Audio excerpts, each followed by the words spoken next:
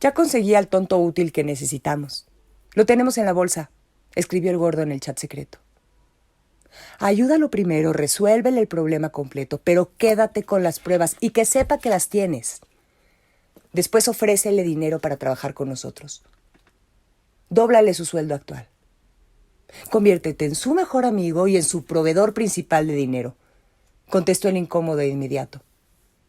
La idea era apelar a dos de los motores más poderosos de la naturaleza humana: el miedo y la ambición. El primero, el miedo, lo alimentarían permanentemente con la amenaza de revelar el secreto que acabaría con su carrera. Por eso era importante que supiera que las pruebas de todo se quedarían en su poder.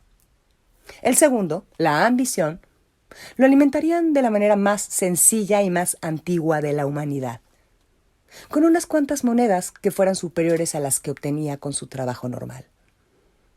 El incómodo sabía que el miedo y la ambición eran también dos de los motores más poderosos de la política y del poder.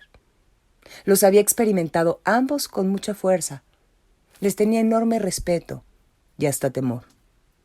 Su miedo más grande siempre había sido ser un mediocre, un inútil, un dependiente de otros, un incapaz de proveer su propio bienestar.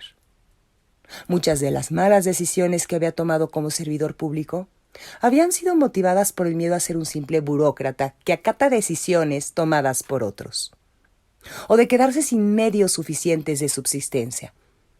Ser dependiente de otros le daba terror. Su paso por la Procuraduría General de la República era un ejemplo que siempre tenía en la mente como una de las más grandes lecciones de su vida. Después de una época difícil y frustrante en la Secretaría de Gobernación, su jefe, el que lo había llevado ahí, estaba a punto de renunciar, y no en buenos términos con el presidente. Eso implicaba, casi en automático, que se iba a quedar sin trabajo. No sabía hacer otra cosa que ser servidor público y no quería dejar el grupo del poder al que ya pertenecía, aunque fuera en un nivel medio. El miedo de quedar en la calle con el futuro profesional truncado se apoderó de él. Acababa de comprar una casa con una hipoteca importante. Las tarjetas de crédito solían estar al tope. Le gustaba vivir bien y depender de sí mismo. Pensaba que no sobreviviría mucho tiempo sin un sueldo.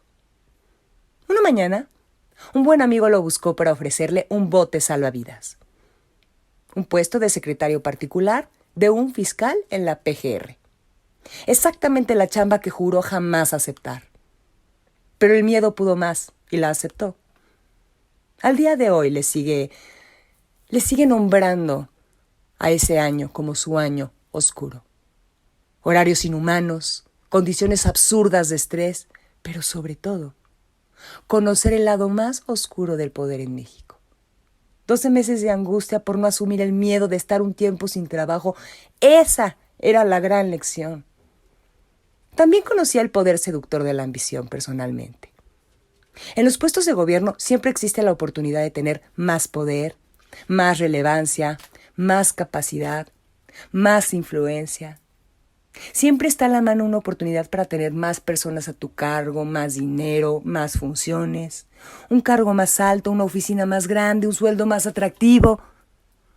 A diferencia del sector privado, crecer en el sector público implica tener más capacidad para afectar la vida de más personas de maneras más profundas. La ambición normal de un ser humano se multiplica cuando conoce el ejercicio del poder público. En sus 30, le había tocado crecer de manera constante de un puesto a otro por diferentes circunstancias, fortuitas y provocadas, que lo hicieron sentir cómodo con el poder creciente y con la idea de lo merezco, me lo gané.